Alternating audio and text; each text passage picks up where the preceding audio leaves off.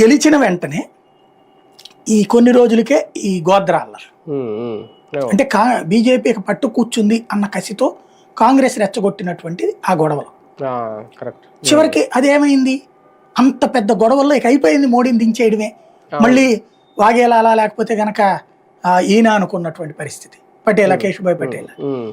అట్లాంటి సిచ్యుయేషన్ నుంచి దాన్ని హ్యాండిల్ చేసే బాధ్యత నేనే తీసుకుంటానని చెప్పడం, అద్వానీ అండగా నిలబడటం, వెంకయ్యనాయుడు తోడుగా నిలబడటం, తనే దాన్ని సక్సెస్ చేశాడు, కంట్రోల్ చేశాడు. ఆ తర్వాత ఎన్నికల్లో అయిపోద్ది అనుకున్న సిచ్యుయేషన్ నుంచి ఘన విజయం సాధించాడు. అంటే ఓ రకంగా చెప్పాలంటే ఎదురు దెబ్బల మధ్యన నిలబడ్డాడు. కాబట్టి అట్లాంటి వ్యక్తికి సమాజం ఎట్లా ఉంటుంది, పబ్లిక్ ఎట్లా ఉంటారు, ఇవన్నీ మీరు ఆర్ఎస్ఎస్ సంబంధించింది అబ్జర్వ్ చేస్తే ఆర్ఎస్ఎస్ వాళ్ళు ఇప్పుడు వాళ్ళకి ఆఫీసు, భోజనాలు ఇట్లాంటి సిస్టమ్ ఉంది. కానీ ఇదివరకు ఎట్లా ఉండేదంటే ఈయన పనిచేసినప్పుడు కానీ ఈవెన్ ఆ మధ్య దాకా కూడా ఇప్పటికి కూడా చాలా వరకు వాళ్ళు అట్లాగే పాటిస్తారు.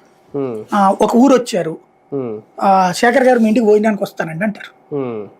నువ్వు పిలిస్తే ఓకే, లేదంటే మీ ఇంటికి వస్తాను శేఖర్ గారు అంటారు.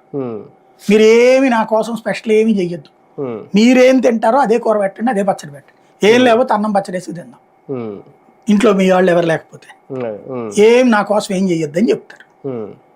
ఈ వచ్చినప్పుడు మన పక్కన వాళ్ళు ఎవరు, మనము ఆర్ఎస్ఎస్ ఆయన వచ్చాడు అన్నప్పుడు పక్కన వాళ్ళని కూడా పిలుస్తాం కదా పరిచయం చేయడానికి.